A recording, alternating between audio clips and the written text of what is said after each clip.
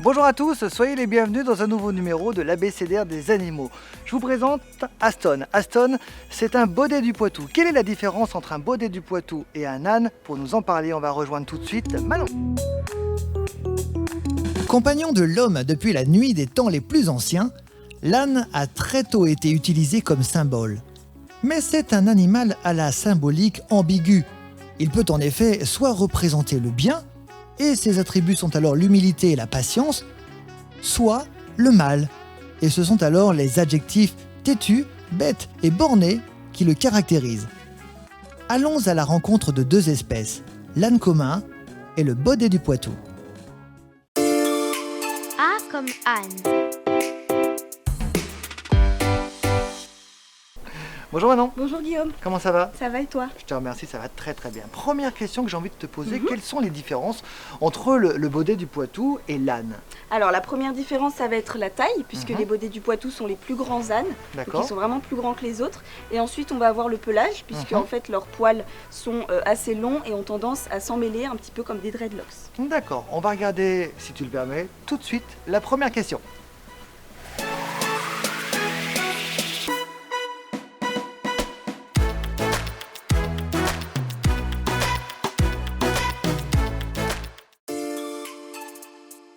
À quoi servent les longues oreilles des ânes?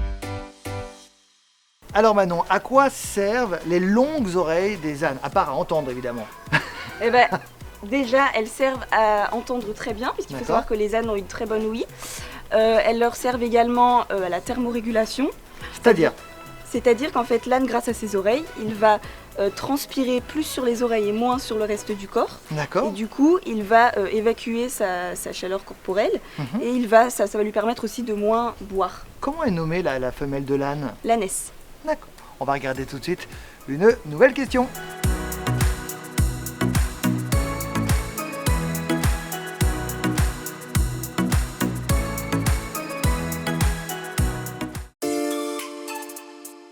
Combien de temps l'ânesse garde-t-elle son petit dans son ventre? Alors effectivement, ça c'est une bonne question Manon. Combien de temps l'ânesse, puisqu'on en parlait il y a un instant, garde-t-elle son petit dans son ventre? Alors, la durée de la gestation, qui est du coup la période au cours de laquelle l'ânesse va garder son petit dans son ventre, elle dure 12 à 13 mois. C'est variable entre deux ânesses, donc ça peut être plus ou moins long d'un animal à l'autre. D'accord. Et alors une fois qu'il naît, il pèse et il mesure combien? Il est grand, il est petit? Par rapport à un chien par exemple? Plus grand qu'un chien déjà, D'accord. c'est sûr, puisqu'après on voit que même quand il est adulte, il est beaucoup plus grand qu'un chien. D'accord. Euh, Est-ce qu'éventuellement il a déjà des poils à la naissance? oui, bien sûr, il a des D'accord. poils, il a les yeux ouverts, il peut marcher très rapidement aussi. Alors Donc, il voilà. marche très rapidement, un petit peu comme les autres animaux, comme la girafe, par la prédation, à cause de la prédation Oui, ou pas du tout? surtout à cause de ça, enfin grâce à ça du coup, Oui. et parce que c'est des animaux qui sont aptes dès qu'ils naissent à marcher, à manger, à se débrouiller un petit peu tout seuls. Un petit peu comme les animaux qui sont nidifuges, c'est-à-dire qui quittent le nid assez tôt parce que justement ils sont capables de se débrouiller tout seuls très tôt. On va regarder tout de suite une nouvelle question.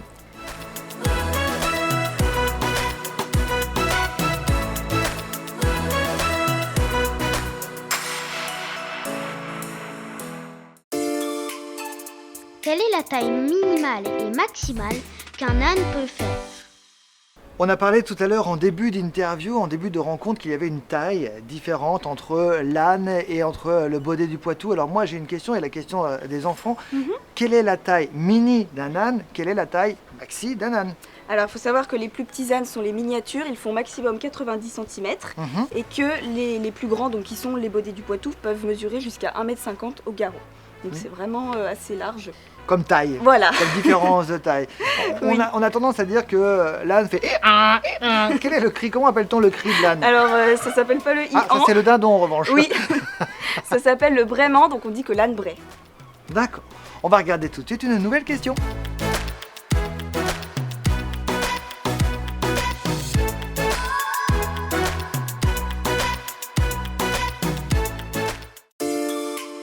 Comment reconnaît-on le mâle de la femelle à la naissance? Alors effectivement, Manon, tout à l'heure, nous parlions de la naissance avec l'ânesse, au bout d'un certain nombre de mois, la taille, etc. etc. Et comment reconnaît-on maintenant, à la naissance, un mâle d'une femelle? Alors pour reconnaître le sexe du petit à la naissance, il suffit juste de regarder ses parties génitales. Donc on D'accord, va lui soulever doucement la queue et d'accord. du coup on va observer les caractéristiques propres au mâle ou à la femelle. Alors Manon, est-ce qu'on peut monter sur un âne, que ce soit un baudet du Poitou ou un autre âne, un plus petit, de la même manière qu'on monte sur un cheval? Alors non, il faut savoir que avant à l'époque et encore aujourd'hui dans certaines régions, ils étaient utilisés pour le bas, donc pour le port de charge et pour l'attelage. D'accord. Mais aujourd'hui ça reste des animaux qui sont très peu montés et en fait ils n'ont pas le même caractère ni la même robustesse que les chevaux. Donc on D'accord. ne peut pas monter dessus comme si on montait sur un cheval. Quand tu parles de caractère, est-ce que les ânes sont têtus? Oui, très têtus. Donc c'est Au pas une plus histoire, qu'ils c'est vont pas en- une légende. Ah non, pas du tout. D'accord. On va regarder tout de suite une nouvelle question.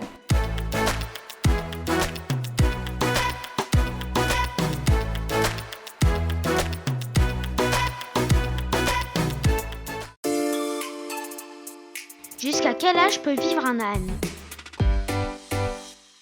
Jusqu'à quel âge, Manon, peut vivre un âne? Alors un âne peut vivre jusqu'à 45 ans, Ah quand même. c'est très long, C'est un- mais il faut Oh, savoir c'est très que... long, tout est relatif. Oui, c'est vrai, mais il faut savoir que à l'état sauvage, sa durée de vie est plus courte du coup, donc il peut vivre jusqu'à 30 ans. D'accord. On va regarder tout de suite une nouvelle question.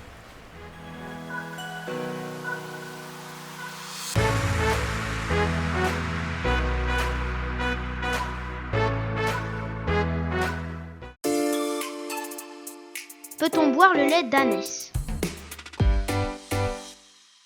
Alors Manon, ça c'est une bonne question. Est-ce qu'on peut boire le lait d'ânesse? Bien sûr, on peut boire le lait d'ânesse, c'est un lait qui a beaucoup de vertus et qui se boit cru, mais aujourd'hui on s'en sert plutôt pour la fabrication de savons et de crèmes, du coup à base de lait d'ânesse, qui ont aussi de nombreux bienfaits. D'accord. C'est pas un peu amer? Moi j'en ai jamais goûté. Moi non plus, Bon, je ne sais pas. alors à découvrir les enfants. Allez, on regarde tout de suite la dernière question.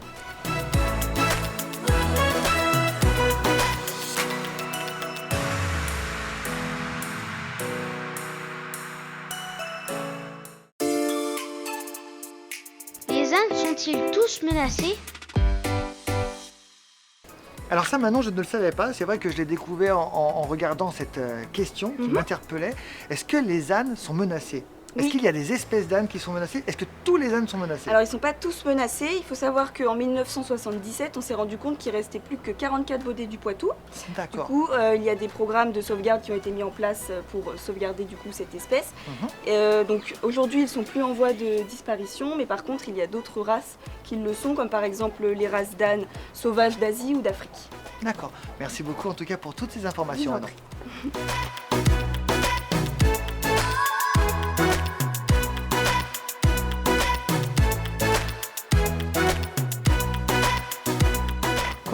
Quoi?